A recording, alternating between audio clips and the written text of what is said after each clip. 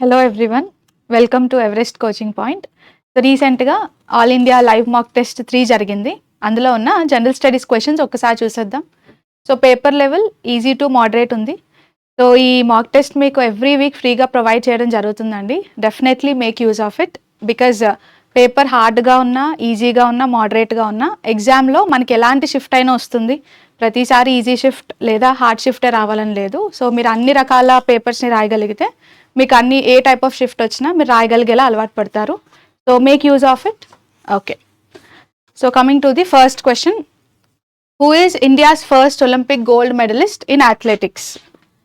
So అథ్లెటిక్స్లో so category ఏంటండి? Athletics. అథ్లెటిక్స్లో ఇండియా యొక్క మొట్టమొదటి ఒలింపిక్ గోల్డ్ మెడలిస్ట్ ఎవరు? సో ఇండియాకి అథ్లెటిక్స్లో ఫస్ట్ గోల్డ్ సంపాదించిన పర్సన్ ఎవరు అని అడిగారు. సో మనకి బాగా తెలుసు ఒలింపిక్స్ అంటే మనకి ఫస్ట్ గుర్తొచ్చేది నీరజ్ చోప్రా. సో ఆన్సర్ ఏంటండి? Option B, Neeraj Chopra. So మీరు ఇమేజ్లో కూడా చూడొచ్చు నీరజ్ చోప్రాని. సో ఎప్పుడు వచ్చింది గోల్డ్ మెడల్ నీరజ్ చోప్రాకి అంటే ఫస్ట్ గోల్డ్ అయితే టోక్యోలో 2020 ఒలింపిక్స్ జరిగినప్పుడు వచ్చిందండి. సో ఏ ఇయర్లో వచ్చింది? 2020 ఒలింపిక్స్లో. సో 2020 ఒలింపిక్స్ ఎక్కడ జరిగాయి మనకు బాగా తెలుసు.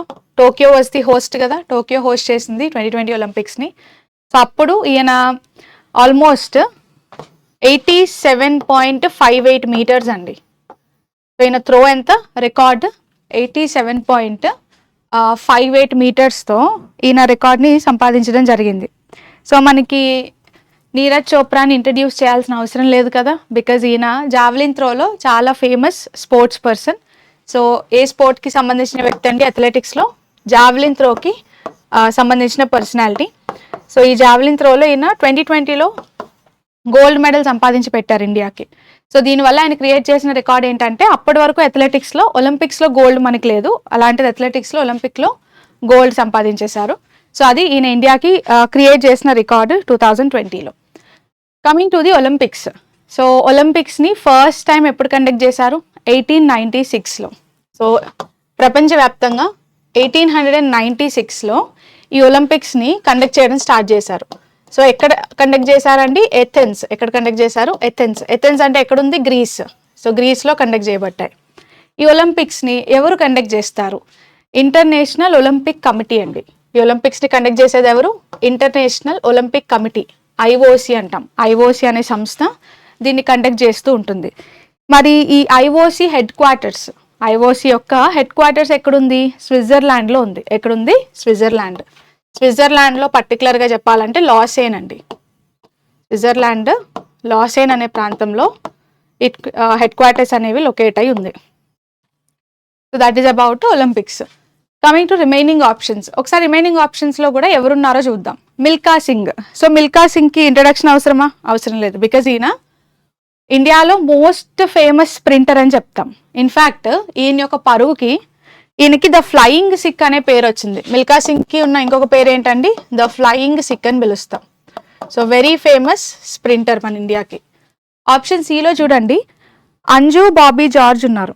సో అంజు బాబీ జార్జ్ ఈ బిలాంగ్స్ టు విచ్ స్పోర్ట్? ఏ స్పోర్ట్కి సంబంధించిన పర్సనాలిటీ అండి? లాంగ్ జంప్ కదా, ఎస్. సో లాంగ్ జంప్కి సంబంధించిన పర్సనాలిటీ.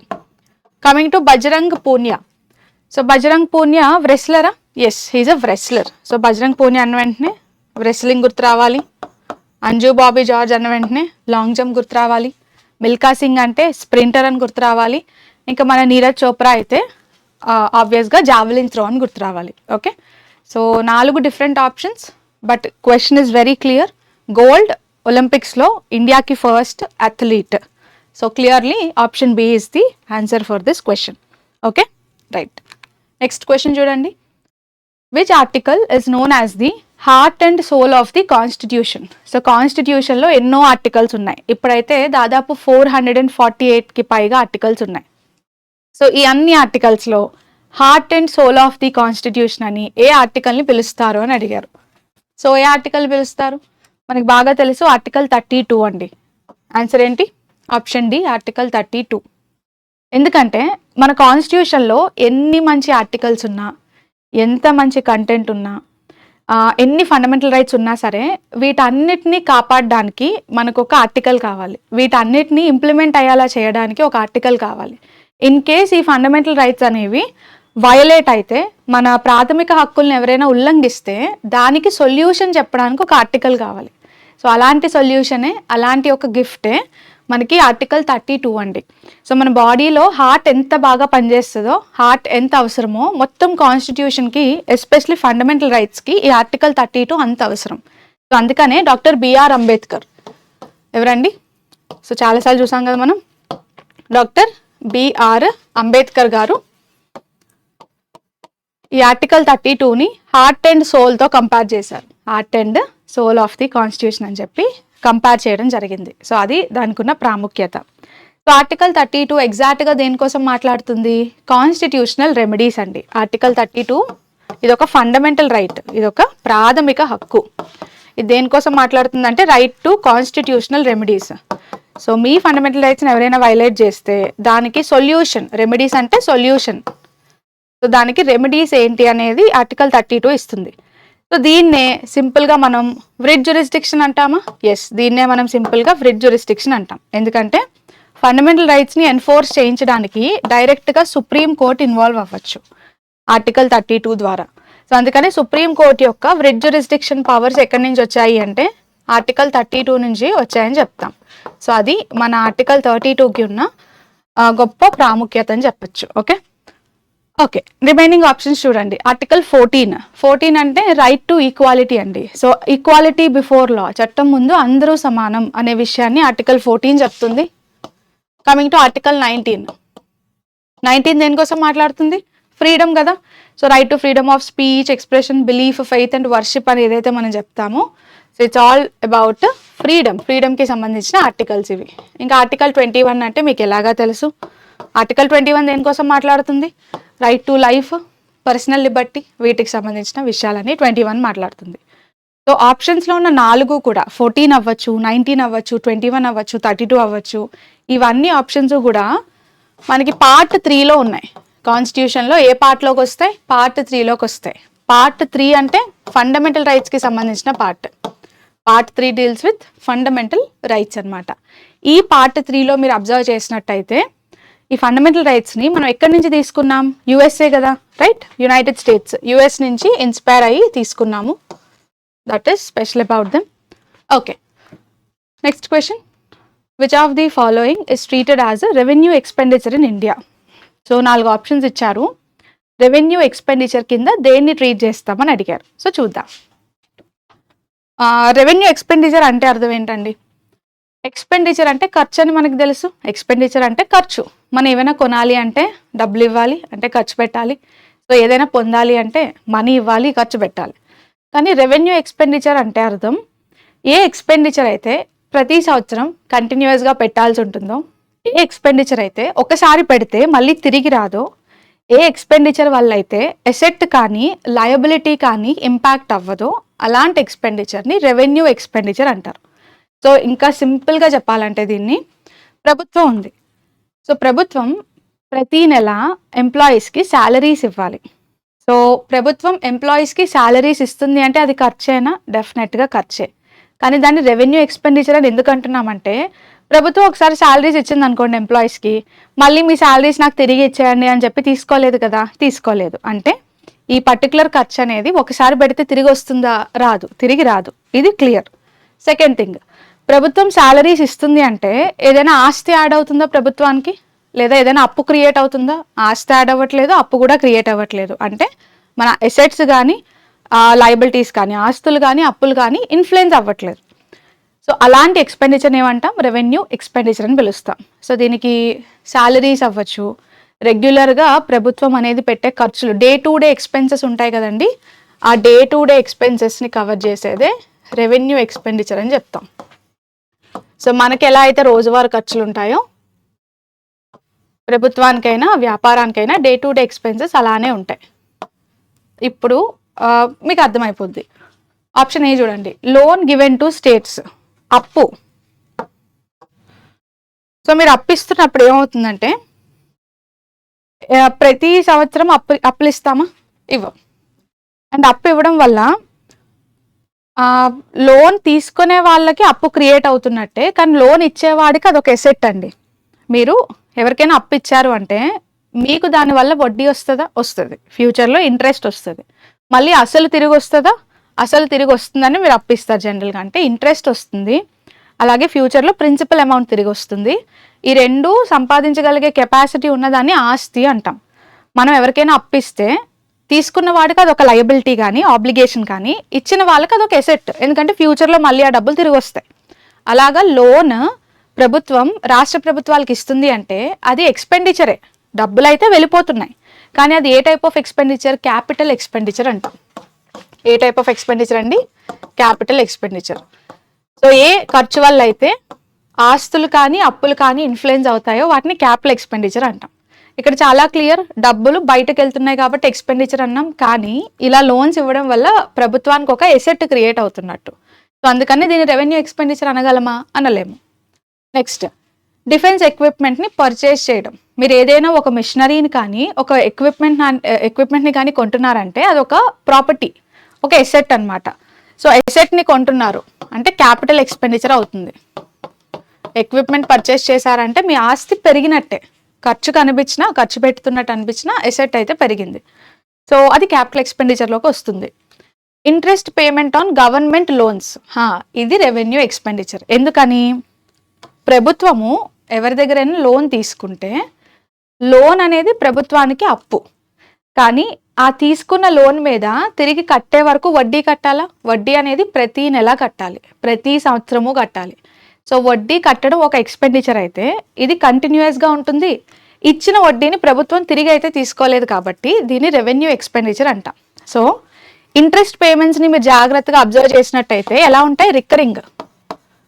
ఏదైనా రిపీట్ అయింది అనుకోండి, కంటిన్యూస్గా రిపీట్ అవుతుంటే దాన్ని రికరింగ్ అంటాం. అండ్ ఈ ఇంట్రెస్ట్ పేమెంట్స్ చేయడం వల్ల ప్రభుత్వానికి చేతిలోంచి డబ్బులు వెళ్తున్నాయా? అవును. వడ్డీ కట్టాలంటే మీరు ఖర్చు పెట్టాలి, సో ఎక్స్పెండిచర్ అవుతుంది. కానీ ఎక్స్పెండిచర్ ఎలా ఉంది? కంటిన్యూస్గా మీరు అప్పు తీర్చే వరకు వడ్డీలు కడుతూనే ఉండాలి.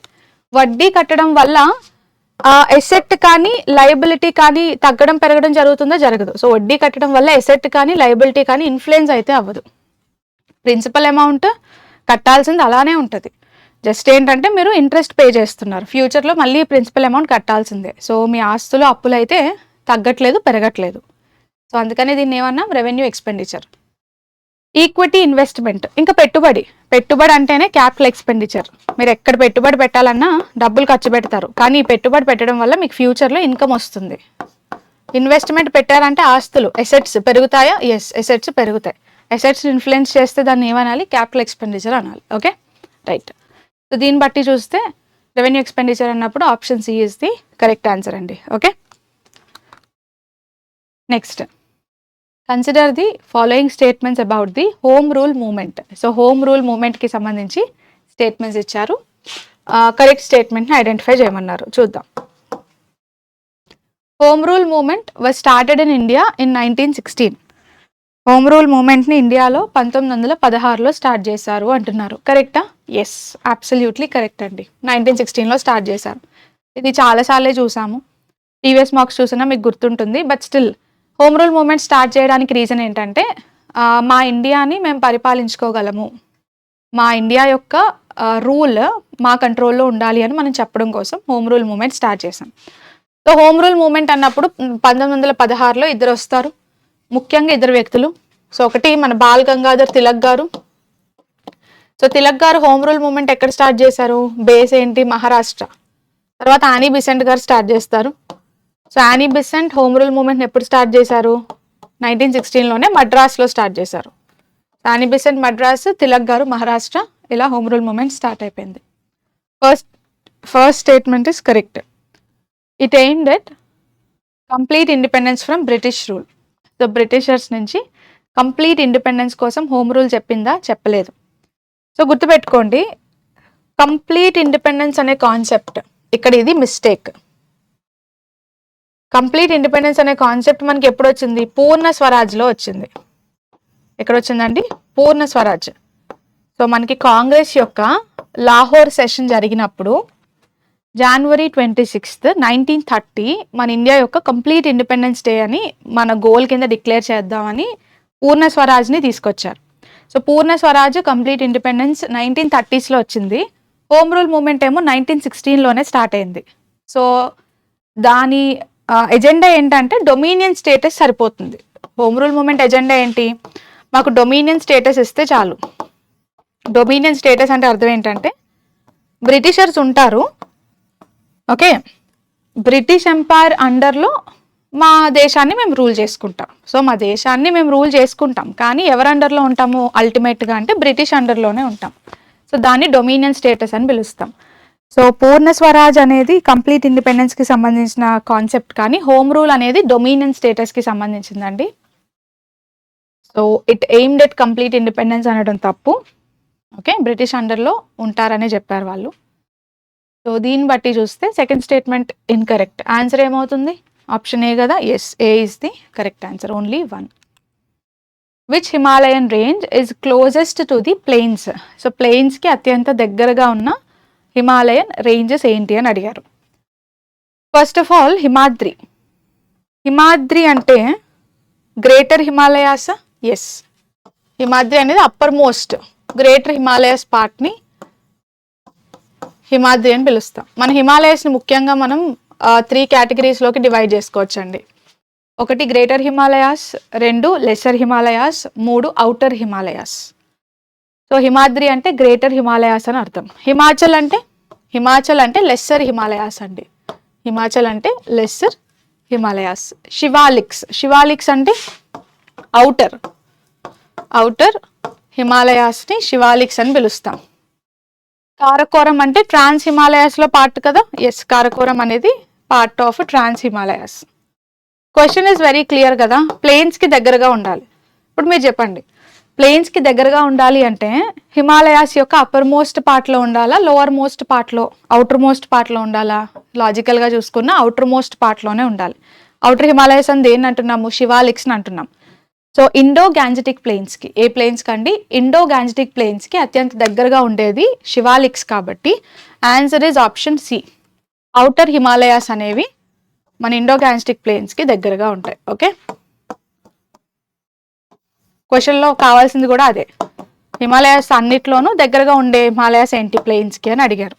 అందుకని ఆన్సర్ శివాలిక్స్ తీసుకున్నాం. Now coming to this, Shivaliks యొక్క స్పెషాలిటీ ఏంటంటే ఇవి యంగెస్ట్ అండి. ఓకే, హిమాలయాస్ అన్నిట్లోనూ కూడా అంటే హిమాద్రి, హిమాచల్, శివాలిక్స్, ఈ మూడింటిని మనం కంపేర్ చేసుకున్నప్పుడు అన్నిటికన్నా యంగెస్ట్ అనమాట శివాలిక్స్ లేదా ఔటర్ హిమాలయాస్ అనేవి. అది వీటి కూడా స్పెషాలిటీ. అండ్ ఎస్, వీటి యొక్క హైట్ కూడా మీరు చూస్తే యావరేజ్గా 900 నుంచి 1200 మీటర్స్ మధ్యలో ఉంటుందండి. ఎంత ఉంటుంది? 900 నుంచి 1200 మీటర్స్ మధ్యలో వీటి యొక్క హైట్ అనేది, ఎత్తు అనేది వేరీ అవుతూ ఉంటుంది. Okay, so that is special about them. Okay, which part of the brain controls balance and posture? So మన బ్యాలెన్స్ని, మన పోస్చర్ని కంట్రోల్ చేసే పార్ట్ ఏంటి? సో వెరీ సింపుల్, మన బ్యాలెన్స్ని కంట్రోల్ చేసేది ఎవరండి? సెరిబెల్లం కదా. ఎస్, సో బ్రెయిన్లో ఇమేజ్లో మీరు అబ్జర్వ్ చేస్తే మనకి 2 ఇంపార్టెంట్ పార్ట్స్ ఉంటాయి. సో ఇదంతా కూడా సెరిబ్రమ్ అని పిలుస్తాము. And this part is known as cerebellum. So cerebrum and cerebellum 2 ఇంపార్టెంటే. 2 కరెక్ట్గా పనిచేస్తేనే మన థింకింగ్ నుంచి మన బ్యాలెన్స్ వరకు అన్నీ కరెక్ట్గా ఉంటాయి. సో సెరిబ్రమ్ స్పెషాలిటీ ఏంటి? మన థింకింగ్, మన రీజనింగ్, మన లాజిక్, ఇవన్నీ కూడా సెరిబ్రమ్ చేతిలో ఉంటాయి. సో బ్రెయిన్లో ఏ పార్ట్ అయితే మనం చేసే వాలంటరీ మూమెంట్స్కి, మనం చేసే వాలంటరీ యాక్షన్స్కి, మనం తీసుకునే ఇనిషియేటివ్స్కి, మనం చేసే ఆలోచనకి, మనం చేయగలిగే థింకింగ్కి, మనం చేయగలిగే రీజనింగ్కి, వీటన్నిటికీ ఏ పార్ట్ ఆఫ్ ది బ్రెయిన్ అయితే రెస్పాన్సిబుల్లో దాన్ని సెరిబ్రమ్ అంటాం. కానీ మన బ్యాలెన్స్ అండ్ పోస్చర్ బాగుండడానికి లేదా మన బ్యాలెన్స్ అండ్ పోస్చర్ కరెక్ట్గా మెయింటైన్ చేయడానికి రెస్పాన్సిబుల్ అయిన దాన్ని సెరిబెల్లం అంటాం. క్వశ్చన్లో కావాల్సింది బ్యాలెన్స్ కాబట్టి option B, cerebellum is the answer. Okay, easy question. Consider the following statements regarding the first 5-year plan. So first 5-year plan కోసం 2 స్టేట్మెంట్స్ ఇచ్చి కరెక్ట్ స్టేట్మెంట్ అడిగారు. చూద్దాం. It focused mainly on agriculture and irrigation. అప్పుడే independence వచ్చింది కదా, అప్పుడే వచ్చింది independence. India ఒక కొత్త దేశం. సో యాజ్ అ నేషన్ అప్పుడే మనం చాలా యంగ్గా పుట్టాం. సో అప్పుడు మనకి అవసరం ఏంటంటే ఫుడ్ అండి. ఫుడ్ అంటే దేని మీద డిపెండ్ అవ్వాలి? అగ్రికల్చర్. సో అగ్రికల్చర్ బాగుండాలి అంటే వాటర్ ఉండాలి, ఇరిగేషన్ ఫెసిలిటీస్ ఉండాలి. సో ఇండియా ఫస్ట్ 5 year ప్లాన్లో కంప్లీట్గా మెయిన్ ఫోకస్ అంతా కూడా అగ్రికల్చర్ కోసం కావాల్సిన డ్యామ్స్ని కన్స్ట్రక్ట్ చేయడం, దానికోసం ఇరిగేషన్ ఫెసిలిటీస్ని ఎంత వీలైతే అంత ఇంప్రూవ్ చేయడం. సింపుల్. సో ఫోకస్ కరెక్టే కదా? ఫోకస్ అబ్సల్యూట్గా correct. It was based on Mahalanobis model. మనకి బాగా తెలుసు, చాలాసార్లు చూసాం. సో అగ్రికల్చర్ అనే కాదు, ఫస్ట్ 5 year ప్లాన్ అనేది హారడ్ డామర్ మోడల్ మీద బేస్ అయి ఉంది. ఏ మోడల్ అండి? హారడ్ డామర్ మోడల్ మీద బేస్ అయి ఉంది.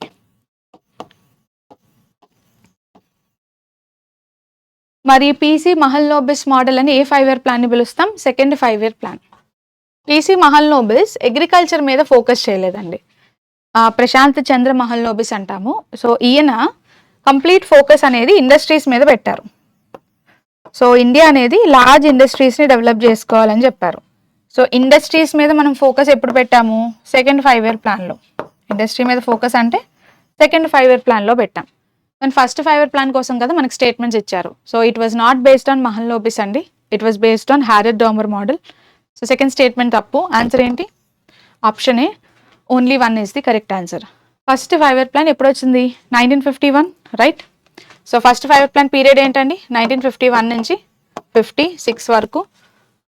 అండ్ మనం చూసే బాక్రానంగల్ డ్యామ్, ఈ డ్యామ్స్ యొక్క కన్స్ట్రక్షన్స్ అన్నీ కూడా ఎప్పుడు జరిగాయి? ఫస్ట్ 5 year ప్లాన్లోనే జరిగాయి. ఈ డ్యామ్స్, ఇరిగేషన్ అండ్ ఫైనల్గా అగ్రికల్చర్, ఇవన్నీ కూడా ఇంటర్డిపెండెంట్ కదా, ఆబ్వియస్గా ఇంటర్డిపెండెంట్. సో ఇవన్నీ అక్కడే మీరు చూడడానికి కనిపిస్తూ ఉంటాయి మనకి. Okay, right. Which gas is used in electric bulbs to prevent the filament from burning?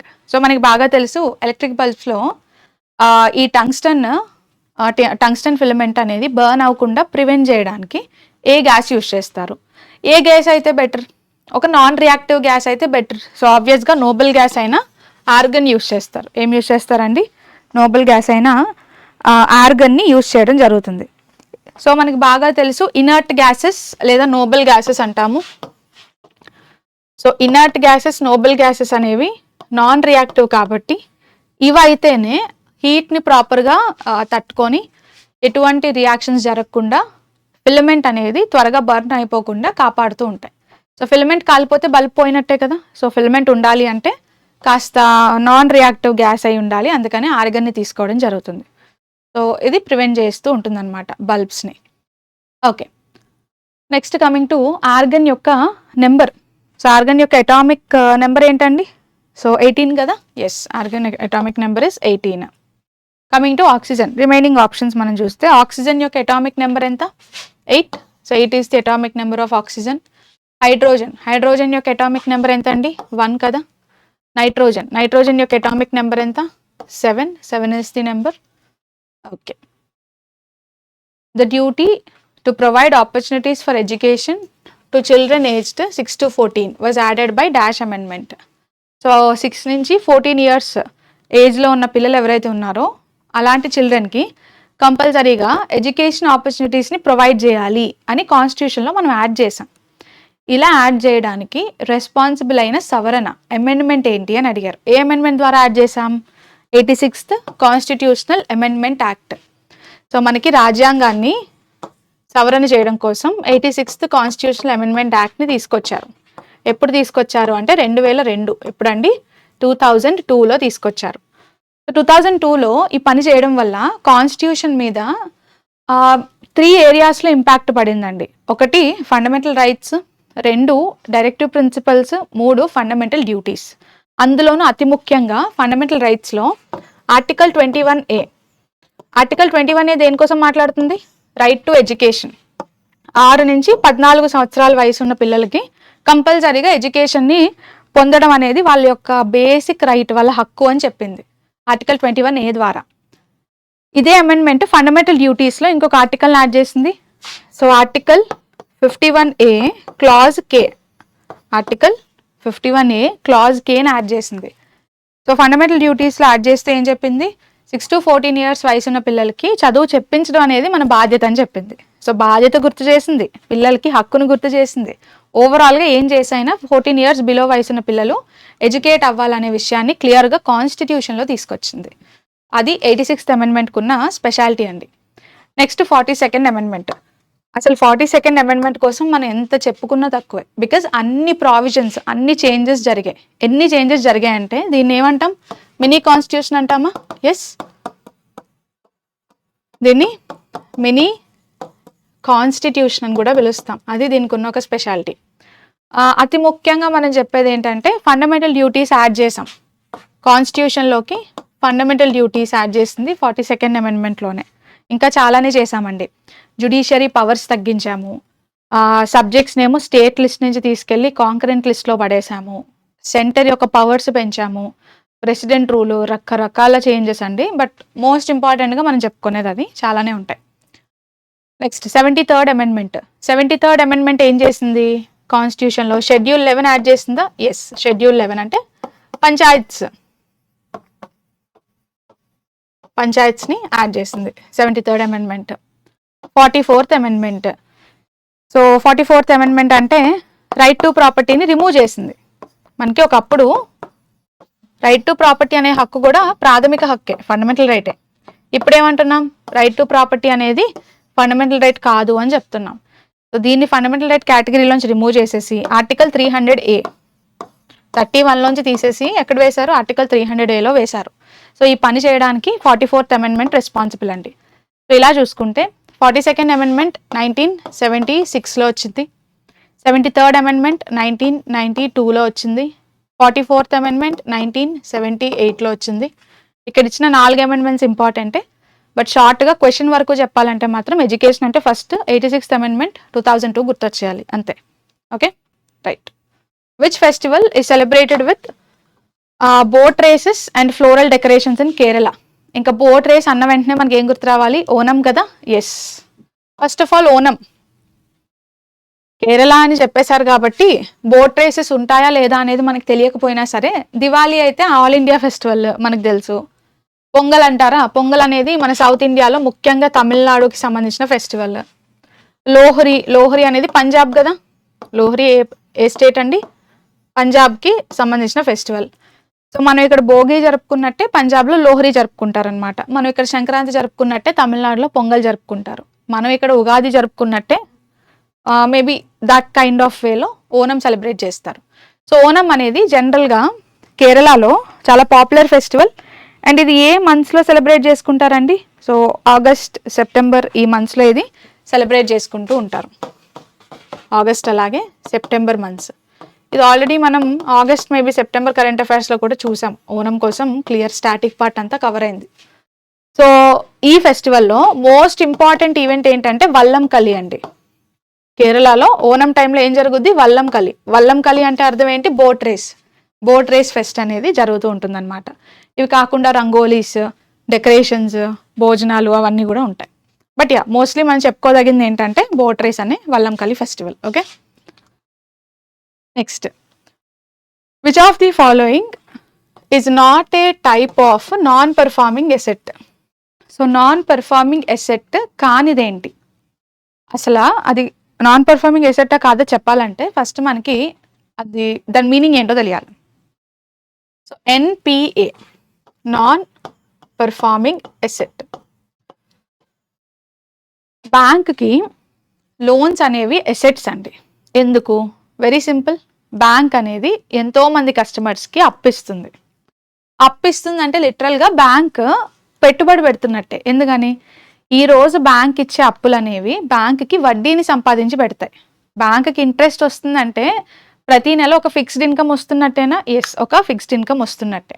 మళ్ళీ ఏదో ఒక రోజు బ్యాంక్ అనేది ఆ లోన్ని రికవర్ చేసుకుంటుంది. సో బ్యాంక్స్కి అప్పు ఇస్తున్నప్పుడు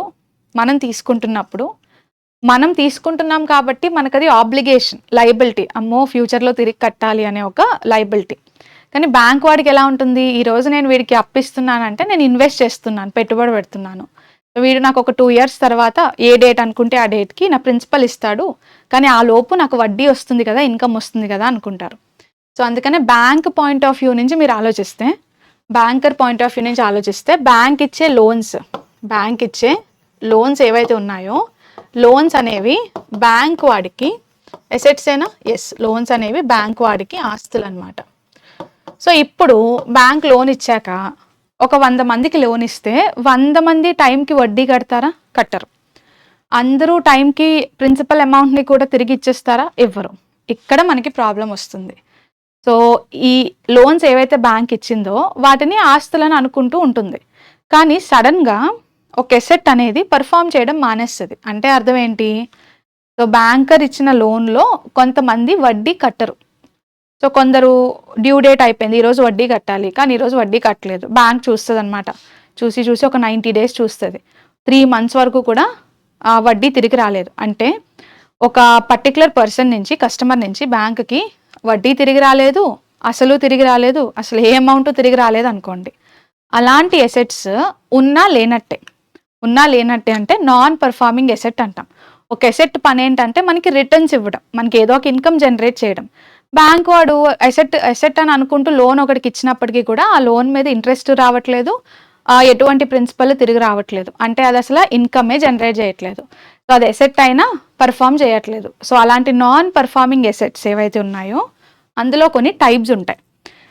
సో ఈ నాన్ పర్ఫార్మింగ్ ఎసెట్స్ అవ్వాలి అని అంటే ఫస్ట్ కండిషన్ ఏంటంటే ఆ పర్టికులర్ ఎసెట్ అనేది బ్యాంక్కి ఎటువంటి బెనిఫిట్ని, ఎటువంటి వడ్డీని కానీ ఇన్కమ్ని కానీ తీసుకురాకుండా ఉండాలి. అప్పుడే అది నాన్ పర్ఫార్మింగ్ ఎసెట్ అవుద్ది.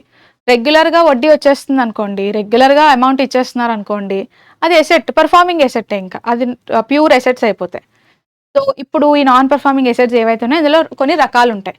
Substandard assets, okay, substandard assets అంటాము, డౌట్ఫుల్ ఎసెట్స్ అంటాము, మీరు ఇక్కడ చూడొచ్చు ఇమేజ్ ఉంది, లాస్ ఎసెట్స్ అంటాం. సబ్స్టాండర్డ్ ఎసెట్ అంటే అర్థం ఏంటి? సో సబ్స్టాండర్డ్ ఎసెట్ అంటే అర్థం ఒక పర్టికులర్ లోన్ మీద బ్యాంక్ వాడికి కనీసం 90 days నుంచి, అంటే 90 days కన్నా ఎక్కువ, 3 నెలల నుంచి సంవత్సరం వరకు ఎటువంటి వడ్డీ రాకపోతే వాటిని సబ్స్టాండర్డ్ ఎసెట్స్ అంటాం. సో సబ్స్టాండర్డ్ ఎసెట్స్ ఎలా ఉంటాయంటే కన్ఫ్యూజన్ బ్యాంక్ వాడికి, అసలు వీడు డబ్బులు ఇస్తాడా ఇవ్వడా, ఇంట్రెస్ట్ పే చేస్తాడా చేయడా. పూర్తిగా చేయడు అని చెప్పలేము, ఎందుకంటే దానికి ముందు నెల వరకు వాడు వడ్డీ టైం టు టైం కట్టేశాడు. ఈ నెల ఏమో కడతాడని చూస్తున్నాము, 90 days చూసాం. మీరు 90 days వరకు చూసి 90 daysలో వాడు వడ్డీ కట్టేశాడు అనుకోండి, మీరు నాన్ పర్ఫార్మింగ్ ఎసెట్లోకి వెయ్యరు దాన్ని. సరే వీడు కట్టేశాడు కదా అని. వాడు ఎప్పుడైతే 3 నెలల తర్వాత కూడా ఇంట్రెస్ట్ కానీ ప్రిన్సిపల్ కానీ ఇవ్వడో మీరు అప్పుడే దాన్ని నాన్ పర్ఫార్మింగ్ ఎసెట్ అంటారు. సో 3 నెలల నుంచి కనీసం సంవత్సరం వరకు, ఒక 12 months వరకు వెయిట్ చేసి అప్పటికి కూడా డబ్బులు ఇంట్రెస్ట్ కానీ ప్రిన్సిపల్ కానీ రాకపోతే అలాంటి ఎన్పిఏని సబ్స్టాండర్డ్ ఎసెట్ అంటాం. సో దాన్ని సబ్స్టాండర్డ్ ఎసెట్ అనాలంటే 3 months నుంచి 12 months టైం, 3 months నుంచి 12 months వరకు డబ్బులు ఇంట్రెస్ట్ కానీ ప్రిన్సిపల్ కానీ రాలేదు. డౌట్ఫుల్ ఎసెట్ అంటే ఏంటి? ఒక నాన్ పర్ఫార్మింగ్ ఎసెట్ అనేది సంవత్సరం దాటిపోయినా ఇంకా వడ్డీ రాలేదు. సో ఎవరినైతే మీరు ఫస్ట్ సబ్స్టాండర్డ్ అన్నాడో వాడు కడతాడేమో అని చెప్పి బ్యాంక్ వాడు 12 months వరకు వెయిట్ చేశాడు. 12 months అయినా సరే ప్రిన్సిపల్ రాలేదు, ఇంట్రెస్ట్ రాలేదు. ఇంకా చూసి ఏం చేస్తాడు, ఇంకా వీడు కడతాడో లేదో అని చెప్పి చాలా పెద్ద క్వశ్చన్ మార్క్ వస్తుంది. ఇంకా క్వశ్చన్ మార్క్ వల్ల వీడిని మనం డౌట్ఫుల్ ఎసెట్స్ కేటగిరీలోకి వేసేస్తే మంచిదని చెప్పి డౌట్ఫుల్ ఎసెట్స్లోకి వేసేస్తాడు. సో ఏ నాన్ పర్ఫార్మింగ్ ఎసెట్ నుంచి అయితే వడ్డీ కానీ అసలు కానీ సంవత్సరం దాటిపోయినా రాదో అలాంటి వాటిని డౌట్ఫుల్ ఎసెట్స్ అంటాం. ఇంకా చూశాడు 1 year కాస్త 2 years అయింది, 3 years అవుతుంది. ఇంకా బ్యాంక్లో ఉన్న కండిషన్స్, వాళ్ళ నామ్స్ రూల్స్ బట్టి వీటి దగ్గర నుంచి అసలు డబ్బులే రావట్లేదు కదా అని చెప్పి వీటిని తీసుకెళ్ళి లాస్ ఎసెట్ అంటే నేను ఆస్తి అనుకొని ఒక పెట్టుబడి పెట్టాను, ఒక కస్టమర్కి లోన్ ఇచ్చాను, వాడు అసలు ఇంట్రెస్ట్ ప్రిన్సిపల్ ఇవ్వలేదు, ఇంకా వాడు ఇస్తాడనే నమ్మకం నాకు పోయింది, సో నేను పెట్టిందంతా వేస్ట్ అని బ్యాంకుకి అర్థమవుతుంది. ఇలా కొంతమంది కస్టమర్స్ ఉంటారు. సో అలాంటి కస్టమర్స్ని వెయిట్ చేసి లాస్ ఎసెట్స్లోకి వేసేస్తాడు. అంటే వాడు ఎసెట్టే కానీ వాడి వల్ల లాస్ వచ్చిందని అర్థం. సో లాస్ ఎసెట్ అంటే ఆ లోన్ ఇంకా రికవర్ చేయలేము అని బ్యాంక్ ఫిక్స్ అయిపోద్ది. ఆ లోన్ అనేది ఇంకా రికవర్ చేయలేమని బ్యాంక్ ఎప్పుడైతే ఫిక్స్ అవుద్దో దాన్ని లాస్ ఎసెట్స్లోకి వేస్తారు. ఇప్పుడు మీరు చెప్పండి, నాన్ పర్ఫార్మింగ్ ఎసెట్ కాకూడదు అన్నారు. సబ్స్టాండర్డ్ ఎసెట్ అనేది నాన్ పర్ఫార్మింగ్ ఎసెట్టా? Yes. Doubtful asset non performing ఎసెట్లో ఒక టైపా? అవును. లాస్ ఎసెట్ కూడా నాన్ పర్ఫార్మింగ్ ఎసెట్లో ఒక టైపే. ఫిక్స్డ్ డిపాజిట్ అనేది అసలు నాన్ పర్ఫార్మింగ్ ఎసెట్స్లోకి వస్తుందా? రాదు. సో ఆన్సర్ ఏంటి? Option D. Savings account, fixed deposit account, recurring deposit account, current account, ఈ 4 కూడా బ్యాంక్లో ఉన్న రకరకాల డిపాజిట్స్. ఈ డిపాజిట్స్ అనేవి బ్యాంక్ వాడికి ఒక లయబిలిటీ, ఎసెట్ కాదు. డిపాజిట్స్ ఏంటండి, బ్యాంక్ వాడికి ఒక లయబిలిటీ. ఎందుకు అంటే ఈ రోజు మనం తీసుకెళ్లి బ్యాంక్లో ₹1,00,000 డిపాజిట్ చేశామంటే మనం అడిగినప్పుడు ఆ ₹1,00,000 వాడు మనకి తిరిగి పే చేయాలి. ఏదైనా మనం ఫ్యూచర్లో పే చేయాలి అనే ఆబ్లిగేషన్ ఎప్పుడైతే ఉంటుందో దాన్ని లయబిలిటీ అంటాం. So fixed deposit first of all అసలు ఎసెట్టే కాదు. మీరు జస్ట్ పేరు చూసి కూడా అరే అసలు ఫిక్స్డ్ డిపాజిట్ ఎసెట్ కాదు కదా అని ఆ 3 ఎలిమినేట్ చేసి మీరు డి ఆన్సర్ అని పెట్టేస్తారు. ఓకే, అలా కూడా మీరు ఆన్సర్ చేయొచ్చు. లేదు ఈ 3 ఐడియా ఉంటే కూడా ఆప్షన్ డి ఆన్సర్ అని మీకు అర్థమవుతుంది. Okay, right. Which of the following has the highest thermal conductivity? So ఇచ్చిన 4 ఆప్షన్స్లో అత్యంత ఎక్కువ థర్మల్ కండక్టివిటీ. ఇక్కడ వుడ్, కాపర్, గ్లాస్ అండ్ ప్లాస్టిక్లో ఎక్కువ కాపర్కే కదా. సో హీట్ని కండక్ట్ చేయగలిగే కెపాసిటీ, థర్మల్ కండక్టివిటీ ఎక్కువ ఉన్నది ఎవరికి? కాపర్కే ఉంటుందండి ఇక్కడ ఉన్న వాటిలో. బికాజ్ మనం అబ్జర్వ్ చేస్తే వుడ్ ఉంది. ఫస్ట్ ఆఫ్ ఆల్ వుడ్ అనేది వెరీ పూర్ థర్మల్ కండక్టర్. ఇంకా బాగా చెప్పాలంటే వుడ్ అనేది ఒక థర్మల్ ఇన్సులేటర్లా పనిచేస్తుంది. హీట్ని కండక్ట్ చేయదండి. వుడ్ ఏం చేస్తుంది? థర్మల్ ఇన్సులేటర్లా పనిచేస్తుంది. సో ఇలా చూసుకుంటే వుడ్ అనేది మన ఆన్సర్ అవ్వకూడదు. వెరీ వెరీ పూర్ కదా హీట్ విషయంలో వుడ్ అనేది. గ్లాస్ పర్వాలేదు. వుడ్ అండ్ ప్లాస్టిక్తో కంపేర్ చేస్తే గ్లాస్ కొంచెం better, little better conductor. Plastic అంటారా? ప్లాస్టిక్ కూడా poor conductor of heat, poor conductor, థర్మల్కి పూర్ కొంచెం ప్లాస్టిక్. ఎలా చూసుకున్నా copper is a good conductor. So thermal కండక్టివిటీలో టాప్ 10 మెటల్స్ని లేదా అట్లీస్ట్ ఒక టాప్ 5 మెటీరియల్స్ని మనం అబ్జర్వ్ చేసినట్టయితే హైయెస్ట్ థర్మల్ కండక్టివిటీ డైమండ్కి ఉంటుంది. సెకండ్ హైయెస్ట్ థర్మల్ కండక్టివిటీ మన సిల్వర్కి ఉంటుంది. సిల్వర్ తర్వాత next highest conductivity, thermal conductivity ఎక్కువ ఉన్న థర్డ్ హైయెస్ట్ మెటీరియల్ ఏంటి? Copper. So diamond, silver, copper, తర్వాత గోల్డ్ తర్వాత అల్యూమినియం, నైట్రైడ్ తీసుకోవచ్చు. దీస్ ఆర్ ది టాప్ 5 అని చెప్పొచ్చండి. Okay, next question. Read the following statements about the US army participation in Yudh Abhyas 2025. So Yudh Abhyas 2025లో జరిగిందా? జరిగింది. 2025లో ఎన్నో ఎడిషన్ జరిగింది? 21st ఎడిషన్ అండి. యుద్ధ అభ్యాస్ యొక్క 21వ ఎడిషన్ 2025లో జరిగింది. సో యుద్ధ అభ్యాస్ ఫస్ట్ టైం ఎప్పుడు స్టార్ట్ అయింది? 2004 అండి. అంటే 2002 నుంచే టాక్స్ అనేవి మొదలయ్యాయి. 2004లో ఫస్ట్ టైం జరిగింది.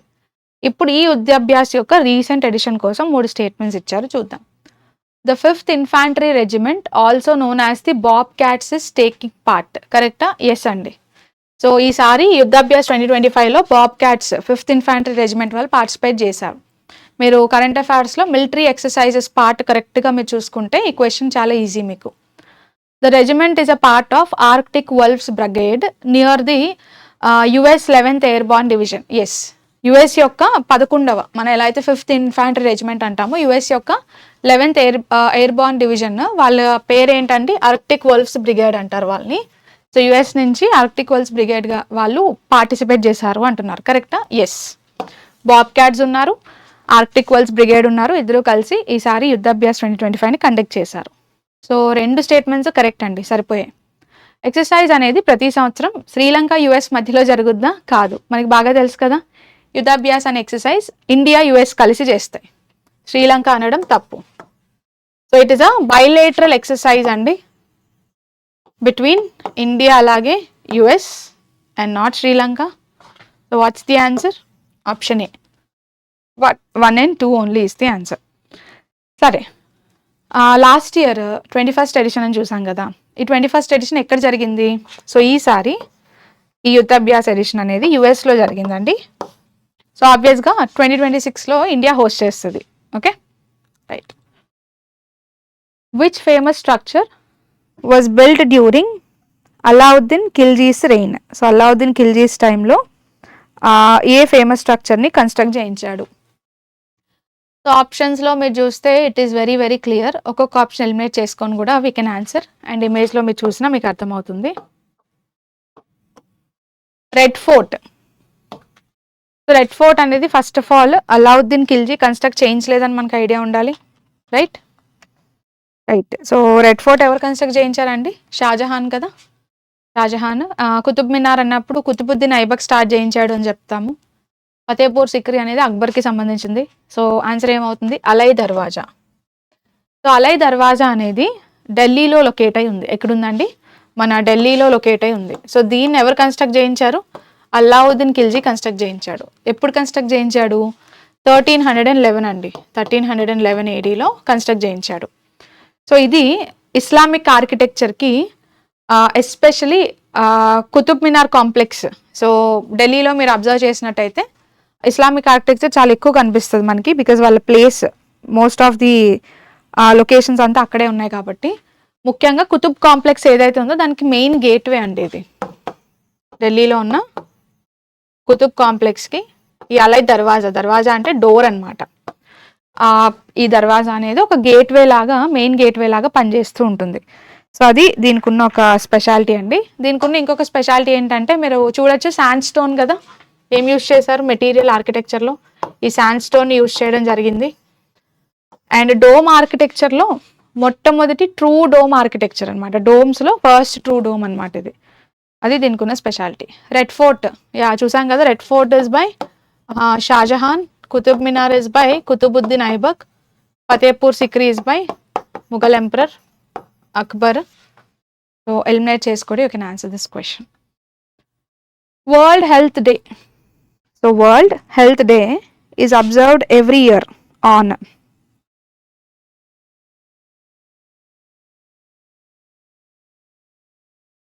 ఏ రోజున సెలబ్రేట్ చేస్తామండి? April 7th. మనకి ప్రపంచంలో వరల్డ్ హెల్త్ ఆర్గనైజేషన్ ఉంది. సో వరల్డ్ హెల్త్ ఆర్గనైజేషన్ అనే సంస్థ April 7th రైట్ ఆ రోజున ఎస్టాబ్లిష్ చేయబడింది. సో అందుకనే that day celebrated as world health day. 1948. So 1948 కున్న స్పెషాలిటీ ఏంటండి?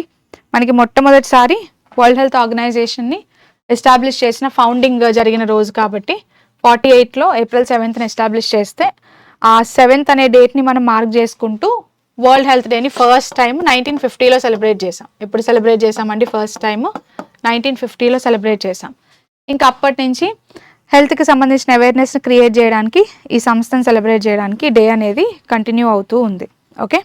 Next March 24th. March 24th కున్న స్పెషాలిటీ ఏంటండి? So one of the speciality ఏంటంటే world TB day, world tuberculosis day, TB day అనమాట. May 12th అంటే nurses, ఇంటర్నేషనల్గా nurses day అండి. May 12th అనేది. June 1st అంత సిగ్నిఫికెంట్గా ఏం లేదు, బట్ చెప్పాలి అంటే వరల్డ్ పేరెంట్ డే అని కూడా మనం చెప్పచ్చు. ఓకే. క్వశ్చన్ ఎగ్జామ్ కాంటెక్స్లో అయితే ఫస్ట్ 2 ఆప్షన్స్ ఇంపార్టెంట్, మిగిలిన 2 ఇట్స్ ఓకే, తెలియకపోయినా ప్రాబ్లం ఏం కాదు. Which country will host the 2026 badminton world championships? So 2026 badminton world ఛాంపియన్షిప్స్ని హోస్ట్ చేయబోతున్న దేశం ఏంటి అని అడిగారు. సో ఈ సంవత్సరం మన ఇండియా హోస్ట్ చేయబోతుందండి. ఎవరు హోస్ట్ చేయబోతున్నారు? భారతదేశం. సో 2026లో ఈ బ్యాడ్మింటన్ వరల్డ్ ఛాంపియన్షిప్స్ అనేవి ఎప్పుడు జరగబోతున్నాయి? లైక్ ఆల్మోస్ట్ ఏ నెలలో జరగబోతున్నాయి? ఆగస్ట్ అండి. ఆగస్ట్లో జరగబోతున్నాయి. ఆగస్ట్లో ఎక్కడ జరగబోతున్నాయి అంటే ఢిల్లీ, ఇండియాలో. ఎక్కడ జరగబోతున్నాయి? న్యూ ఢిల్లీలో జరగబోతున్నాయి. ఈ ఫస్ట్ టైం ప్రపంచవ్యాప్తంగా మొట్టమొదటిసారి ఈ బ్యాడ్మింటన్ వరల్డ్ ఛాంపియన్షిప్స్ ఎప్పుడు జరిగాయి? ఎప్పుడు స్టార్ట్ అయ్యాయి? 1977 అండి. 1977లో ఇవి ఫస్ట్ టైం స్టార్ట్ అవ్వడం జరిగాయి. అలాగా కంటిన్యూ అవుతూ వచ్చాయి. Coming to this head quarters, అంటే ఈ వరల్డ్ బ్యాడ్మింటన్ ఛాంపియన్షిప్ని కండక్ట్ చేసే సంస్థ బ్యాడ్మింటన్ వరల్డ్ ఫెడరేషన్. ఓకే, ఈ సంస్థ కండక్ట్ చేస్తుంది. ఈ సంస్థ యొక్క హెడ్ క్వార్టర్స్ కోసం మనం మాట్లాడాలి. సో ఈ సంస్థ యొక్క హెడ్ క్వార్టర్స్ ఎక్కడుందండి? మలేషియాలో లొకేట్ అయి ఉంది. ఇండియా విషయానికి వస్తే 2026లో ఇండియా ఇది హోస్ట్ చేయబోతుందని చూసాం. లాస్ట్ టైం ఇండియా ఎప్పుడు హోస్ట్ చేసింది? Like last time badminton world ఛాంపియన్షిప్ని ఇండియా 2009లో హోస్ట్ చేసిందండి. 2009లో హోస్ట్ చేసింది లాస్ట్ ఇండియా. 2009లో ఇండియాలో ఎక్కడ జరిగింది అంటే హైదరాబాద్ అండి. ఇండియాలో ఎక్కడ జరిగింది? హైదరాబాద్లో జరిగింది. Okay, that is special about it. Who can remove the president before the completion of the term? Simple కదా, రాష్ట్రపతి పదవీ కాలం కంప్లీట్ అయిపోతే వేరు, కానీ పదవి కంప్లీట్ అవ్వకుండానే రిమూవ్ చేస్తున్నాం అంటే పద్ధతిగా దాన్ని ఏమని పిలుస్తాం? ఇంపీచ్మెంట్ అంటాం కదా. ప్రెసిడెంట్ని రిమూవ్ చేస్తే రిమూవల్ అని పిలవకూడదు, ఏమని పిలవాలండి? ఇంపీచ్మెంట్, ఆఫీస్ నుంచి తొలగించడం. సో ప్రెసిడెంట్ని ఇంపీచ్మెంట్ ఎవరు చేయొచ్చు? That's the simple question. So ప్రెసిడెంట్ని ఎలా ఇంపీచ్ చేయాలి, ఎవరు చేయొచ్చు అనేది కాన్స్టిట్యూషన్ చెప్పింది. కాన్స్టిట్యూషన్లో ఎక్కడ ఉంటుంది? ఆర్టికల్ 61 అండి. కాన్స్టిట్యూషన్లో ఎక్కడుంది? ఆర్టికల్ 61లో ఉంది. సో ఆర్టికల్ 61 ప్రకారంగా ప్రెసిడెంట్ని ఇంపీచ్ చేయాలన్నప్పుడు లోక్సభలో కానీ రాజ్యసభలో కానీ రిజల్యూషన్ని స్టార్ట్ చేయాలి. ఈ రిజల్యూషన్ని స్టార్ట్ చేస్తున్నప్పుడు 14 డే నోటీస్ ఇవ్వాలండి ముందుగా ప్రెసిడెంట్కి. ఇలా ప్రొసీడింగ్స్ మీకు అగెయిన్స్ట్గా మీ ఇంపీచ్మెంట్కి స్టార్ట్ అవుతున్నాయని చెప్పి నోటీస్ ఇవ్వాలి. 14 డే నోటీస్ ఇచ్చిన తర్వాత లోక్సభలో స్పెషల్ మెజారిటీతో పాస్ అవ్వాలి. అంటే లోక్సభలో ఫస్ట్ స్పెషల్ మెజారిటీతో ఒప్పుకోవాలి, ఎస్ ఈ ప్రెసిడెంట్ని ఇంపీచ్ చేయాలని చెప్పి ఒప్పుకోవాలి. తర్వాత లోక్సభ ఓకే చెప్పింది అనుకుందాం, రాజ్యసభలో స్పెషల్ మెజారిటీతో పాస్ అవ్వాలి. రాజ్యసభలో కూడా ఏ మెజారిటీ కావాలి? Special, both houses special majority కావాలి. ఒకవేళ ఇద్దరు ఓకే చెప్తే అప్పుడు president is set to be impeached. సింపుల్గా చెప్పాలంటే పార్లమెంట్ దగ్గర ఉందా? ఎస్, పార్లమెంట్ దగ్గర ఈ పవర్ ఉంటుంది. సో పార్లమెంట్ ఇంపీచ్మెంట్ ద్వారా 14 డేస్ ముందే నోటీస్ ఇచ్చి 2 హౌసెస్లోనూ స్పెషల్ మెజారిటీ పాస్ అయితే అప్పుడు ప్రెసిడెంట్ రిమూవ్ చేయబడతారు. కానీ జనరల్గా పార్లమెంట్లో 2 హౌసెస్లోనూ ఇంపీచ్మెంట్కి స్పెషల్ మెజారిటీ సంపాదించాలంటే అంత ఈజీ కాదు. Okay, consider the following statements about Pradhan Mantri Viksit Bharat Rozgar Yojana. Pradhan Mantri Viksit Bharat Rozgar Yojana ఈ స్కీమ్ని ఆగస్ట్ 2025లో అనౌన్స్ చేశారండి. ఎప్పుడు అనౌన్స్ చేశారు? ఆగస్ట్ 2025లో అనౌన్స్ చేయడం జరిగింది. ఇది అనౌన్స్ చేయడానికి రీజన్, ఈ స్కీమ్ యొక్క ఆబ్జెక్టివ్ ఏంటంటే భారతదేశంలో ఫార్మల్ ఎంప్లాయ్మెంట్ ఆపర్చునిటీస్ని పెంచాలి. భారతదేశంలో ఎంప్లాయ్మెంట్ ఆపర్చునిటీస్ని పెంచాలి, దట్ టు ఫార్మల్ ఎంప్లాయ్మెంట్ ఆపర్చునిటీస్ని ఎంకరేజ్ చేయాలన్నమాట. సో దీన్ని ఎంకరేజ్ చేయడం కోసం ఈ స్కీమ్ని తీసుకొచ్చారు. ఇప్పుడు స్టేట్మెంట్స్ చూసి కరెక్ట్ స్టేట్మెంట్ని ఐడెంటిఫై చేద్దాం. The scheme was launched in 2025 to boost formal employment in India. కరెక్టా? Yes, exactly correct. 2025 formal employment కోసం తీసుకొచ్చారు. ఫైనాన్షియల్ ఇన్సెంటివ్స్ ఇస్తారు. Only to employers, not to employees. ఇది కరెక్టా? లేదు, ఇది తప్పు. ఫార్మల్ ఎంప్లాయ్మెంట్ని ఎంకరేజ్ చేయడానికి ఈపీఎఫ్ఓ ఏం చేసిందంటే ఎవరైతే ఈపీఎఫ్ఓ రిజిస్టర్డ్ వర్కర్స్ ఉన్నారో, అంటే ఎంప్లాయీస్ ఎవరైతే ఎంప్లాయీ ప్రావిడెంట్ ఫండ్ ఆర్గనైజేషన్ దగ్గర రిజిస్ట్రేషన్ చేయించుకుంటారో వీళ్ళకి కొత్త ఎంప్లాయీస్కి ఎంకరేజ్మెంట్గా ఓకే ఎంప్లాయీస్కి ఇన్సెంటివ్ ఇస్తుంది. ఎంప్లాయీస్కి ఇన్సెంటివ్ ఇస్తున్నారండి. పని చేసే వాళ్ళకి, ఎంప్లాయర్స్కి, పని ఇచ్చే వాళ్ళకి, ఎంప్లాయర్స్కి కూడా ఇన్సెంటివ్స్ ఇస్తున్నారు. సింపుల్గా చెప్పాలంటే ఫార్మర్ ఎంప్లాయ్మెంట్లో కొత్త వాళ్ళని ఎంకరేజ్ చేయడం కోసం ఉద్యోగంలో జాయిన్ అయిన వాళ్ళకి, జాయిన్ చేయించుకున్న వాళ్ళిద్దరికీ కూడా ప్రభుత్వం కొన్ని ఆశ చూపించడం, ఇన్సెంటివ్స్ ఇవ్వడం చేస్తూ ఉంటుంది. అలా ఎంప్లాయీస్కి సంవత్సరానికి 15,000 రూపాయలు ఇన్సెంటివ్ ఇస్తున్నారండి. ఎంత ఇస్తున్నారు? 15,000 రూపీస్ ఇన్సెంటివ్ ఇస్తున్నారు. ఈ 15,000 ఎలా ఇస్తారంటే 2 ఇన్స్టాల్మెంట్స్లో ఇస్తారు. ఎన్ని ఇన్స్టాల్మెంట్స్ అండి? 2 ఇన్స్టాల్మెంట్స్లో ఇస్తారు. అది ఎంప్లాయీస్కి వచ్చే బెనిఫిట్. సో దీనివల్ల ఏంటంటే ఎస్ ఇలాగా ఈపీఎఫ్ఓలో రిజిస్టర్ చేసుకోవాలి, ఫార్మల్ ఎంప్లాయ్మెంట్లోకి వెళ్ళాలి అని ఒక ఎంకరేజ్మెంట్ ఉంటుంది కొత్త వాళ్ళందరికీ కూడా. సో కొత్త వాళ్ళకి ఒక మోటివేషన్ దొరుకుద్ది. ఎంప్లాయర్స్కి వచ్చే మోటివేషన్ ఏంటంటే ఎంప్లాయర్స్కి అయితే ఇంకా సూపర్. ప్రతి ఎంప్లాయీకి కూడా ఫర్ ఎవ్రీ న్యూ ఎంప్లాయీ ఒక్కొక్క ఎంప్లాయీ చొప్పున 3,000 రూపాయలు ప్రతి నెల ప్రభుత్వం ఇస్తుంది ఒక 2-3 years వరకు. సో ఎంప్లాయర్స్ ఎవరైతే కొత్త వాళ్ళని తీసుకుంటున్నారో ఇలా కొత్త వాళ్ళని తీసుకున్న ఎంప్లాయర్కి ప్రతి ఎంప్లాయీ చొప్పున ఎంతమంది ఎంప్లాయీస్ని జాయిన్ చేసుకుంటే అంతమందికి అనమాట. ఎవ్రీ ఎంప్లాయీ చొప్పున నెలకి 3,000 రూపాయలు పే చేస్తారు. అలాగా ఎవ్రీ మంత్ పే చేస్తారు. అది ఎంప్లాయర్స్కి వచ్చే బెనిఫిట్. సో ఇక్కడ సెకండ్ స్టేట్మెంట్లో ప్రాబ్లం ఏంటంటే ఫైనాన్షియల్ ఇన్సెంటివ్ ఓన్లీ ఎంప్లాయర్స్కి ఇస్తారు అంటున్నారు. అది తప్పు. ఎంప్లాయర్స్కి ఇస్తారు కానీ ఎంప్లాయీస్కి కూడా ఇస్తున్నారండి. ఇద్దరికి ఉన్నాయి benefits. Okay. Scheme targets first time employees entering EPFO registered formal jobs. అవునా? ఎస్, ఎగ్జాక్ట్గా వాళ్ళ ఇంటెన్షన్ అదే. ఈపీఎఫ్ఈ రిజిస్టర్డ్ జాబ్స్లో మొట్టమొదటిసారి జాయిన్ అవుతున్న వాళ్ళకి ఎంకరేజ్ చేయడం. సో ఫస్ట్ టైం ఎంప్లాయీస్ కోసం తీసుకొచ్చారు. సో ఇలా చూసుకుంటే స్టేట్మెంట్ 2 రాంగ్ అండి. 2 రాంగ్ అని తెలిస్తే answer is option B 1 and 3 only. Okay. Which national park is located in the Andaman and Nicobar islands? So హ్యాపీగా మీరు ఆన్సర్ చేయగలిగే క్వశ్చన్. ఎందుకు అంటే remaining options Andaman and Nicobar islands కాదని మీకు తెలుసు. సో ఈ ఆన్సర్ని కూడా 2 రకాలుగా ఆన్సర్ చేయొచ్చు. ఎలిమినేషన్ ద్వారా ఆన్సర్ చేయొచ్చు, నార్మల్గా కూడా ఆన్సర్ చేయొచ్చు. So let us imagine Kanha national park ఎక్కడుంది?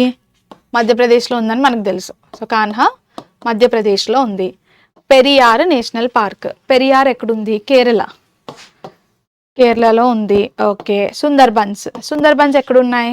వెస్ట్ బెంగాల్లో ఉన్నాయి. సో వెస్ట్ బెంగాల్ అని మనకు తెలుసు. సో ప్రతి ఆప్షన్కి సంబంధించి మీకు కరెక్ట్గా నేషనల్ పార్క్ యొక్క లొకేషన్ అనేది ఐడియా ఉంటే ఇప్పుడు మీరు 3 ఆప్షన్స్ ఎలిమినేట్ చేశారు. కాన్హా, పెరియారు, సుందర్బన్స్ని ఎలిమినేట్ చేసేసారు. అది మధ్యప్రదేశ్, ఇది కేరళ, ఇది వెస్ట్ బెంగాల్ కాబట్టి దీన్ని బట్టి చూస్తే అరే అండమాన్ అండ్ నికోబార్ అడిగారు కదా. సో ఇంకా మిగిలిన ఆప్షన్ ఏంటి? Mahatma Gandhi marine national park కాబట్టి ఆన్సర్ ఏంటి? Option B. So Mahatma Gandhi marine national park Andaman and Nicobar ఐలాండ్స్లో లొకేట్ అయి ఉందండి. సో ఏ ఇయర్లో ఎస్టాబ్లిష్ చేశారు? 1983 అండి.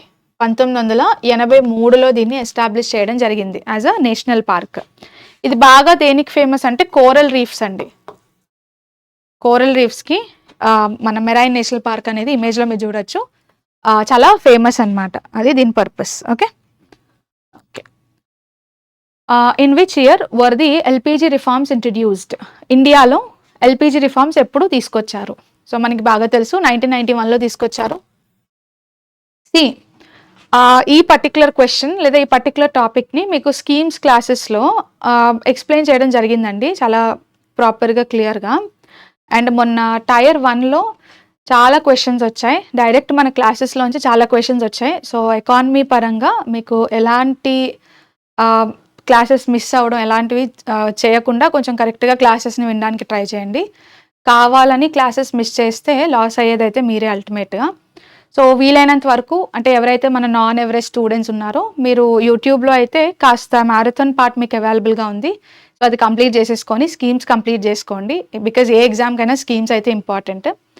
ఇన్ఫ్యాక్ట్ ఈ టైప్ ఆఫ్ క్వశ్చన్ కూడా మన టైర్ 1లో వచ్చాయి, టైర్ 2లో కూడా డైరెక్ట్గా లైసెన్స్ రాజ్ మీద ఒక క్వశ్చన్ వచ్చింది. అండ్ అది కూడా మనం చాలాసార్లు లైసెన్స్ రాజ్ కోసం క్లియర్గా చూడడం జరిగింది. So make use of it. Okay right. ఇప్పుడు చూడండి, ఎల్పిజి రిఫార్మ్స్ అయితే మనకు తెలుసు 1991లో తీసుకొచ్చారని మనకు తెలుసు. ఎల్పిజి రిఫార్మ్స్ తీసుకొస్తున్నప్పుడు end of licence raj era అని చెప్తాం కదా. సో మనకి 1951లో ఇండస్ట్రియల్ యాక్ట్ తీసుకొచ్చారండి. ఈ యాక్ట్ తీసుకొస్తూ ఏ ఇండస్ట్రీ పెట్టాలన్నా విపరీతమైన ఫార్మాలిటీస్ లైసెన్స్లు తీసుకోవాలి. దీనివల్ల ఇంత ఇబ్బంది పడి ఇండస్ట్రీస్ పెట్టడం ఎందుకని చెప్పి ఎక్కువ మంది ఇండస్ట్రీస్ పెట్టలేదు. కానీ ఇలా చేస్తే మన ఎకానమీకే నష్టం అని మనకు అర్థమయ్యి 1991లో ఏం చేసామంటే ఎకానమీని ఓపెన్ చేసాం. సో దానికి ముందు వరకు అంటే 1951 నుంచి 1991 వరకు ఈ పీరియడ్ని, ఈ 40 years పీరియడ్ని లైసెన్స్ రాజ్ ఎరా అని పిలుస్తామండి. సో ఎందుకు పిలుస్తున్నాము లైసెన్స్ రాజ్ ఎరా అని? లైసెన్స్ ద్వారా ఇండస్ట్రీల మీద రెస్ట్రిక్షన్స్ పెట్టడం వల్ల 1951లో వచ్చిన ఇండస్ట్రియల్ లైసెన్సింగ్ యాక్ట్ వల్ల ఆ పేరు వచ్చిందండి దానికి. సో దీని మీద టైర్ 2లో డైరెక్ట్ క్వశ్చన్ వచ్చింది. So make use of it. ఇవి స్కీమ్స్ క్లాసెస్లో మీకు క్లియర్గా ఎక్స్ప్లెయిన్ చేయడం జరిగింది. ఎవరైనా చూడకపోతే కొత్త వాళ్ళు ఒకసారి వెళ్ళి చూసేయండి మన classes. Okay. So licence raj ఎరాలో 51 నుంచి 91 వరకు ఉంది. ఎప్పుడైతే మన ఎకానమీని ఓపెన్ చేశామో అక్కడి నుంచి స్టోరీ అంతా మారిపోయింది. ఎకానమీని ఓపెన్ చేయాల్సిన అవసరం ఎందుకు వచ్చింది? ఎందుకంటే మన దగ్గర బ్యాలెన్స్ ఆఫ్ పేమెంట్ రిజర్వ్స్ లేవండి. ఇండియా యొక్క బ్యాలెన్స్ ఆఫ్ పేమెంట్ రిజర్వ్స్ ఎంత తక్కువకి పడిపోయాయి అంటే మనం వేరే దేశాల నుంచి మళ్ళీ కొనుక్కోవాల్సి వస్తే ఒక 15 days కన్నా ఇంకెక్కువ రోజులు కొనడానికి డబ్బులు లేవు. అంటే మీరు ఒక 15 days ఫారెన్ దేశాల నుంచి ఏమైనా కొనుక్కుంటే 16th day నుంచి వాటికి పేమెంట్స్ చేయడానికి మన దగ్గర డబ్బులు లేవు. అంత సివియర్ క్రైసిస్ వచ్చాయి. సో ఎప్పుడైతే 1980sలో ఈ బ్యాలెన్స్ ఆఫ్ పేమెంట్ క్రైసిస్ వచ్చాయో ఫారిన్ నేషన్స్ నుంచి మనకు కావాల్సిన వస్తువులు కొనుక్కునే కెపాసిటీ ఇంకా మనం ఇంకొక 15 daysలో కోల్పోతున్నామని మనకు అర్థమైంది.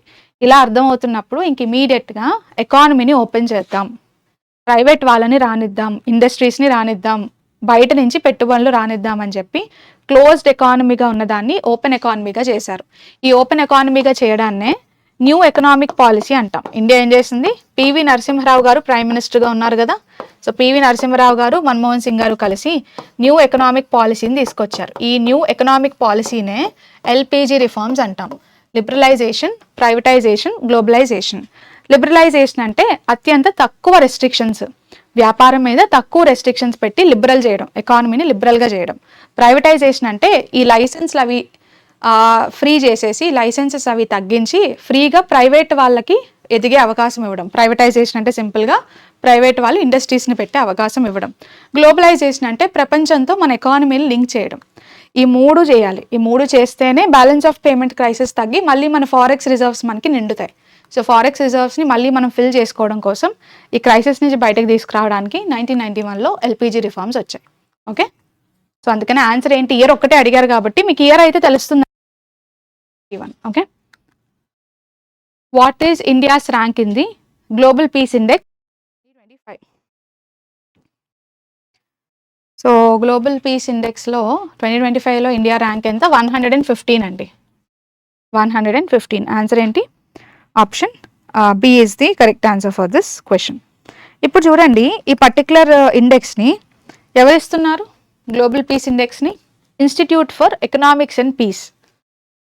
Global peace index is given by institute for economics and piece.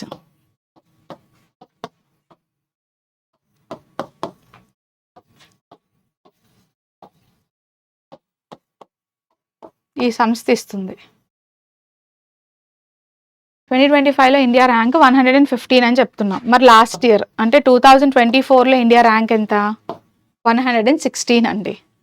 So ఒక ర్యాంక్ పెరిగాం మనం. ఓకే, 24లో 116వ ర్యాంక్లో ఉండేవాళ్ళం, ఇప్పుడు 115వ ర్యాంక్కి వచ్చాం. సరే, ఇప్పుడు ఇండెక్స్ ఫస్ట్ టైం ఎప్పుడు స్టార్ట్ అయింది, 2007 అండి. మొట్టమొదటిసారి ఈ గ్లోబల్ పీస్ ఇండెక్స్ అనేది 2007లో స్టార్ట్ అయింది. ఈ ఇండెక్స్ ప్రకారంగా 2025లో మోస్ట్ పీస్ఫుల్ కంట్రీ, పీస్లో హైయెస్ట్ పీస్ ఉన్న కంట్రీ ఏంటి, లైక్ టాప్ పొజిషన్లో కంట్రీ ఏంటంటే ఐస్లాండ్ అండి. ఐస్లాండ్ అనేది most peaceful country, number 1 ranked country. Least peace ఉన్న కంట్రీ 163rd ర్యాంక్ అండి. 163rd ర్యాంక్ ఉన్న దేశం ఏంటంటే Russia. According to global peace index 2025 least ranked country is Russia. Rank number ఏంటి, 163. Okay, next read the following statements about sources of Indian constitution. So మన రాజ్యాంగాన్ని ఇలా తయారు చేయడానికి ఆల్మోస్ట్ 2 years 11 months 18 days పట్టిందని చెప్తాం. సో కాన్స్టిట్యూయెంట్ అసెంబ్లీలో ఎంతోమంది కలిసి ఇండియన్ కాన్స్టిట్యూషన్ని అప్పటికి తగ్గట్టు మాత్రమే కాదు, ఫ్యూచర్లో చేంజెస్కి తగ్గట్టుగా తయారు చేశారు. సో ఇలాంటి కాన్స్టిట్యూషన్ కోసం దాదాపు 3 ఏళ్ల టైం మనం పెట్టాం, అప్పుడు వచ్చింది ఆ కాన్స్టిట్యూషన్ మనకి. సో మరి ఈ కాన్స్టిట్యూషన్ తయారు చేస్తున్నప్పుడు ఒక్కొక్క సిస్టమ్ని ఒక్కొక్క దేశం నుంచి తీసుకున్నాం. సో అన్ని మంచి సిస్టమ్స్ని ఇండియన్ కాన్స్టిట్యూషన్లో ఎంబైబ్ చేశారు. సో అలాగా సోర్సెస్ కోసం మాట్లాడుతున్నారు, ఏ సిస్టమ్ని ఎక్కడి నుంచి తీసుకున్నాం. సో పార్లమెంటరీ సిస్టమ్ ఉంది, ఇది యూకే మోడలా? ఎస్ అండి, ఎగ్జాక్ట్గా యూకే మోడల్. సో మనకి యూకేలో చూడండి బైకామరల్ లెజిస్లేచర్ ఉంటుంది. సో మనకి ఎలా అయితే లోక్సభ రాజ్యసభ కావాలి అనుకుంటే పార్లమెంట్ ప్లేస్లో మనం ఒకే హౌస్ తీసుకొని ఉండొచ్చు, కానీ 2 houses తీసుకున్నాం కదా చట్టాలు తయారు చేయడానికి, లోక్సభ పనిచేస్తుంది, రాజ్యసభ పనిచేస్తుంది. సో ఈ బైకామరల్ లెజిస్లేచర్, ఇలా బైకామరల్ పార్లమెంట్ ఉండే పద్ధతి అనేది ముఖ్యంగా యూకే నుంచి ఇన్స్పైర్ అయి తీసుకున్నాం. సో కరెక్టే. ఫెడరల్ స్ట్రక్చర్ కెనడా నుంచి తీసుకున్నామా? ఎస్. కెనడాలో కూడా ప్రత్యేకత ఏంటంటే ఒకవైపు సెంట్రల్ గవర్నమెంట్ ఉంటుంది, ఇంకొక వైపు స్టేట్ గవర్నమెంట్స్ ఉంటాయి, కానీ కాస్ట్ సెంటర్కి పవర్ ఎక్కువ ఉంటుంది. ఇక్కడ కూడా అంతే. ఈ ఫెడరల్ స్ట్రక్చర్లో సెంటర్ స్టేట్ రెండు ఉన్నప్పటికీ సెంటర్కి పవర్ ఎలా ఉంటుంది, కొంచెం ఎక్కువ ఉంటుంది. అసలు ఈ మోడల్ ఎక్కడిదంటే కెనడియన్ కాన్స్టిట్యూషన్. సో ఫెడరల్ స్ట్రక్చర్ని ఇండియా కెనడా నుంచి తీసుకుంది, కరెక్ట్. ఫండమెంటల్ డ్యూటీస్ యుఎస్ నుంచి తీసుకున్నామా, లేదు కదా. సో ఫండమెంటల్ డ్యూటీస్ అనేవి మనం ఎక్కడి నుంచి తీసుకున్నామండి, యుఎస్ఎస్ఆర్, రష్యన్ కాన్స్టిట్యూషన్ నుంచి డ్యూటీస్ని తీసుకున్నాం. యుఎస్ కాన్స్టిట్యూషన్ నుంచి ముఖ్యంగా మనం తీసుకున్నది ఏంటి, ఫండమెంటల్ రైట్స్. ఫండమెంటల్ రైట్స్ని మాత్రం యుఎస్ నుంచే తీసుకున్నాం. కానీ డ్యూటీస్ అన్నారు కాబట్టి థర్డ్ స్టేట్మెంట్ ఇన్కరెక్ట్ అండి. డ్యూటీస్ యుఎస్ కాదు. So answer is option B, B 1 and 2 only. Okay. So sources of Indian constitution అనే టాపిక్ చాలా ఇంపార్టెంట్ అండి. ఒకసారి ప్రతి దేశంలో ఉన్న మంచి సోర్సెస్ని ఒకసారి చూడండి.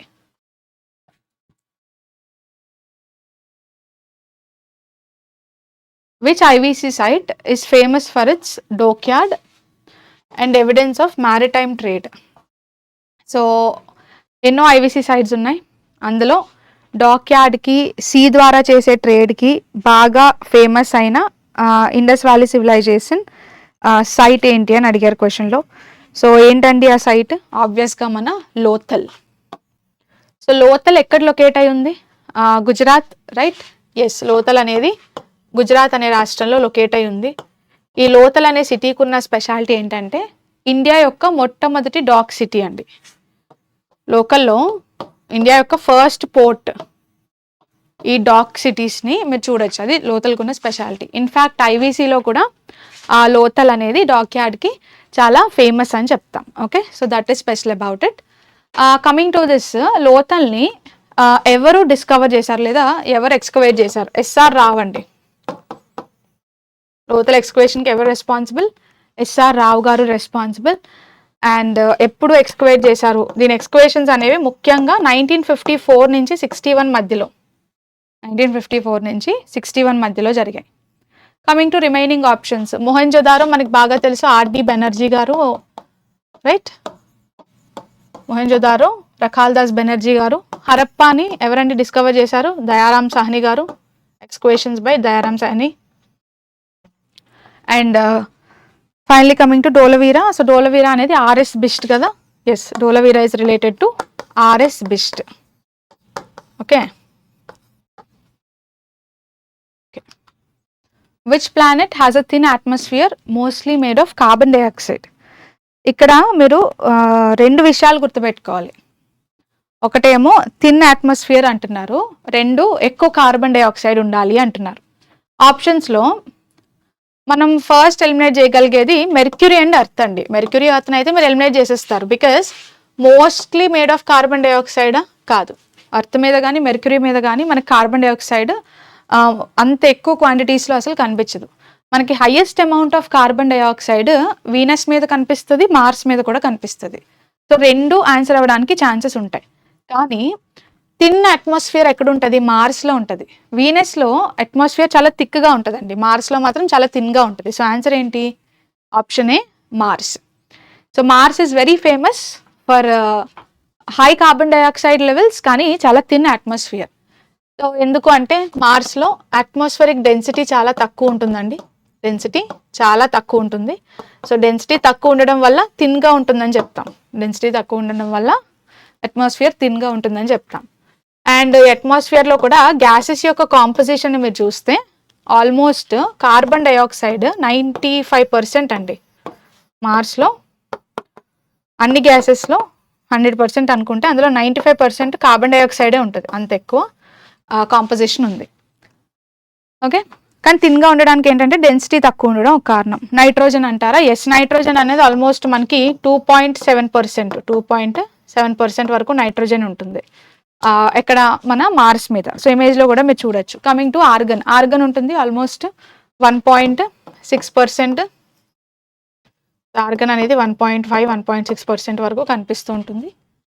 సో ఇలా చూసుకుంటే రెండు కండిషన్స్ని సాటిస్ఫై చేసేది ఓన్లీ మార్స్ అండి. Coming to Venus, so Venus కూడా చాలా దగ్గరగా చెప్పాను కదా, కార్బన్ డైఆక్సైడ్ ఎక్కువ ఉంటుంది. కానీ వీనస్లో డెన్సిటీ, అట్మాస్ఫియరిక్ డెన్సిటీ అనేది చాలా ఎక్కువ ఉంటుంది, థిక్నెస్ ఎక్కువ ఉంటుంది. సో మనకి థిక్నెస్ ఎక్కువ ఉన్నది కాదు answer, Mars would be the answer. Okay, అందుకే వీనస్ తీసుకోలేదు మనం. In January 2025, okay, so January 2025 కోసం చెప్తున్నారు. ఏం జరిగింది? Miss Jyothi Yarraji received Arjuna Award for Outstanding Performance in Sports and Games 2024. Sports and Games 2024. For her association with which game? 2024లో జ్యోతి ఎర్రాజీ యొక్క పర్ఫార్మెన్సెస్కి గాను ఫైనల్గా 2025 జనవరిలో ఆవిడకి అర్జున అవార్డు ఇవ్వడం జరిగింది. సో ఇమేజ్లో కూడా మీరు చూడొచ్చు. She is Jyothi Yarraji. So she belongs to which field? అసలు ఏ స్పోర్ట్స్కి సంబంధించిన ఆవిడ? మనకు బాగా తెలిసే అథ్లెటిక్స్, రైట్? ఆన్సర్ ఏంటండి?